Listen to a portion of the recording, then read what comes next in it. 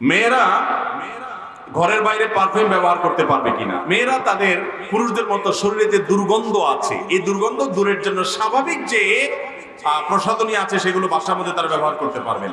বাসার বাইরে যদি যান তাহলে সেক্ষেত্রে যদি কোনো পারফিউম ইত্যাদি ব্যবহার করেন, এমন প্রসাধনী ব্যবহার করেন যেটা সুগন্ধি অন্য পুরুষের পুরুষকে আকৃষ্ট করে, এর ঘ্রাণ চতুর্দিকে ছড়িয়ে পড়ে, তাহলে এটা হারাম। নবী করিম সাল্লাল্লাহু আলাইহি সাল্লাম বলেছেন, কোন মহিলা যদি এরকম সুগন্ধি ব্যবহার করে বাহিরে যায়, ওই মহিলা জান্নাতে যাওয়া তো দূরের কথা, জান্নাতের ঘ্রাণও পর্যন্ত পাবে না।